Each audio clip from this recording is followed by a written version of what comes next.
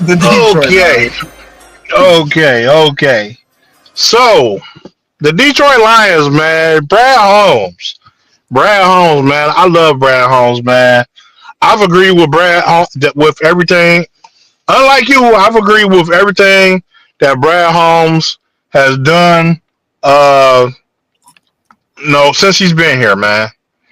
But with that being said, man, the one thing that I wanted Brad Holmes to do, this upcoming draft was draft a DN, man.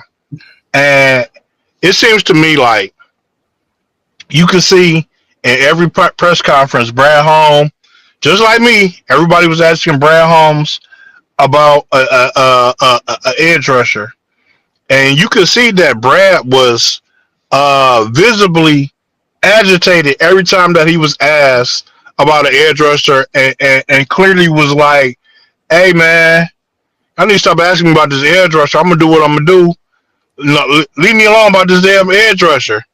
And I'm not saying that this is what he did, but it just felt like, as a fan, Brad was like, "Oh, y'all gonna keep asking me about an edge rusher?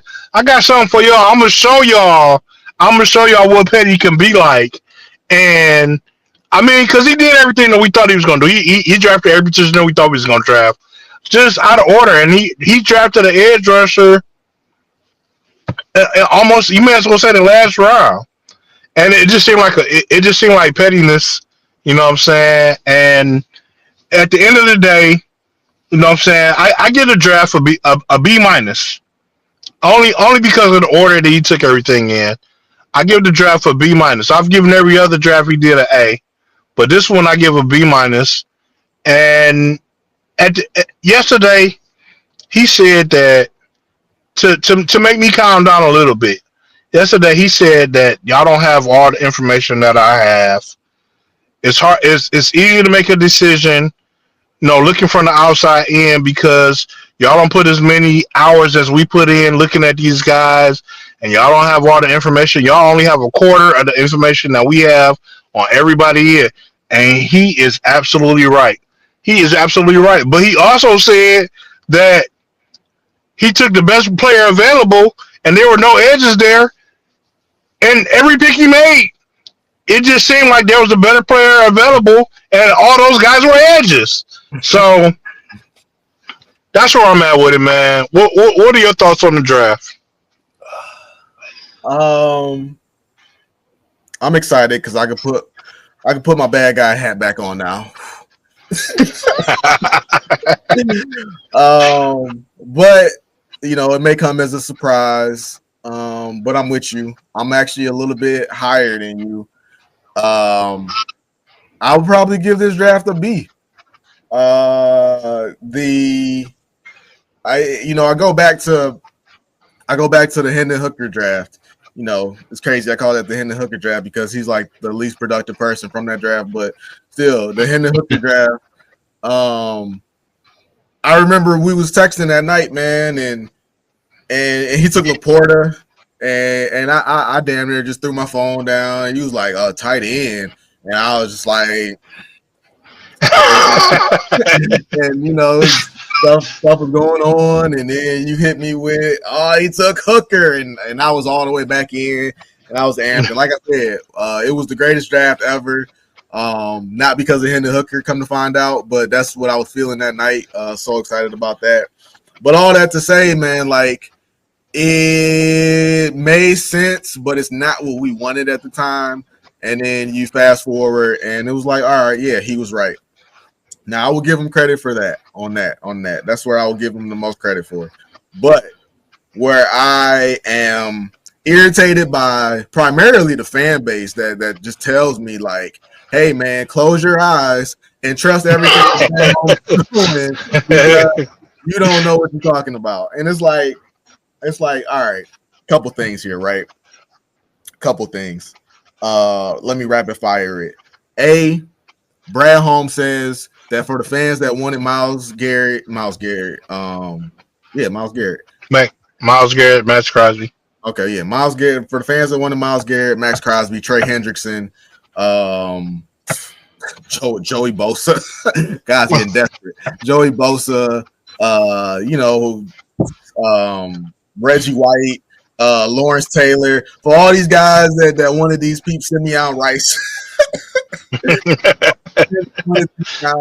You guys got to understand that the bill is coming due, and we have to pay the players that we have in house because these are the guys that got us to where we are, and that's what I'm focused on. So I don't need y'all talking all this talk. Then you think about it, and how does the San Francisco 49ers afford to just sign whoever they want, do whatever they want, trade for whoever, go get Christian McCaffrey, re-sign I can't think of the left tackle, but the left tackle that's one of the best left tackles in football. Give contracts here, give contracts there. Brandon Ayuk, you know, they just throw money around. How are they able to do all of this? Because they have a quarterback performing well on his rookie deal. So why can't we take that same math and apply it to the edge rusher? Why can't we spend high capital on an edge rusher, and then we'll have the edge rusher we want? And then, you know, Brad Holmes is going to get all indignant and tell you, well, you know, just because this person is highly valued, just because he's high on the prospect list, doesn't mean that he necessarily is what we want, or he blah, blah, blah, blah, blah. Two things about that. One, a lot of the guys that you passed on were drafted by Super Bowl caliber teams. Off the top of my head, a guy who, you know, who knows what this guy's going to be, but Landon Jackson was a guy who I thought we could get in the later round, and I would still have been happy to get taken by the Buffalo Bills. Mike Green went to the Ravens. I would have loved Mike Green. Gets drafted by Baltimore Ravens. Jahai Campbell went to Philadelphia Eagles.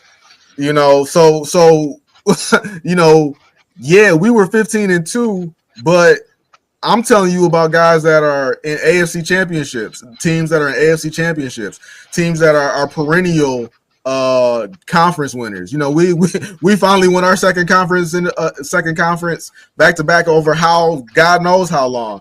But we're talking about the Ravens, who win their conference every year in a heated conference with the Bengals and the Steelers. All that, and then the last thing I'll say, man, is back to the whole, hey, just because this guy is ranked high, blah, doesn't mean he's a great football player.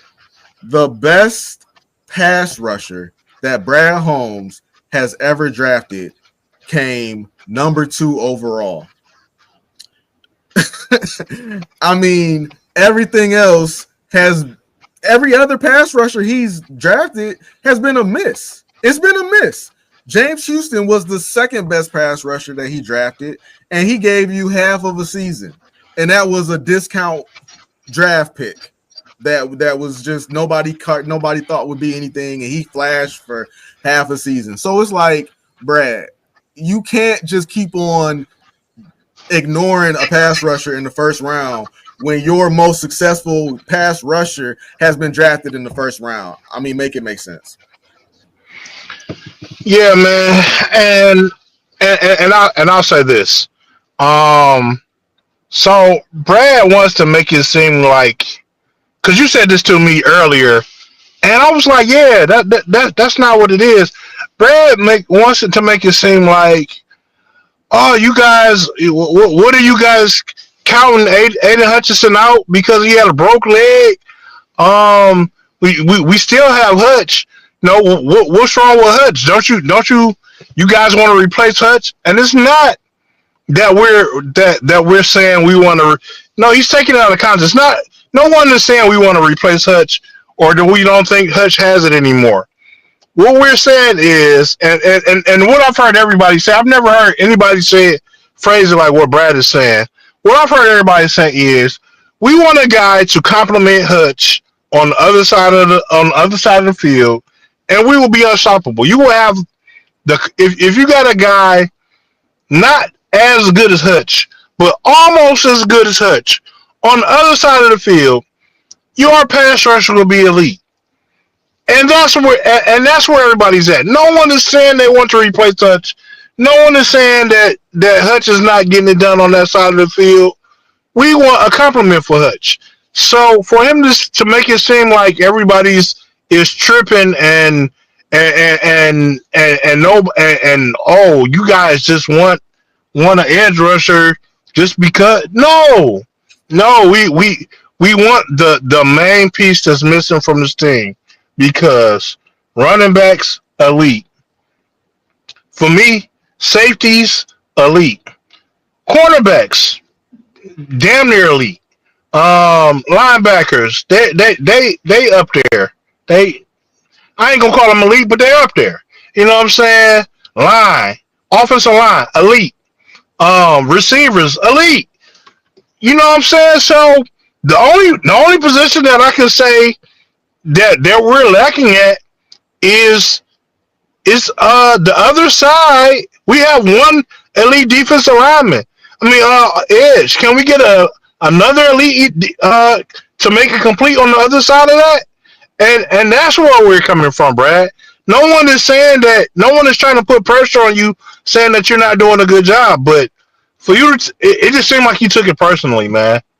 I'm with you. It does seem like he takes it personally, and yeah, you're right. You're right. This is a great point, and I'll expand on that point, which is our defense is good. Now we can have a separate conversation later if you want, but I think that we are putting too much money into our defense right now because our defense is good. It's good. It's good, and I feel like we could.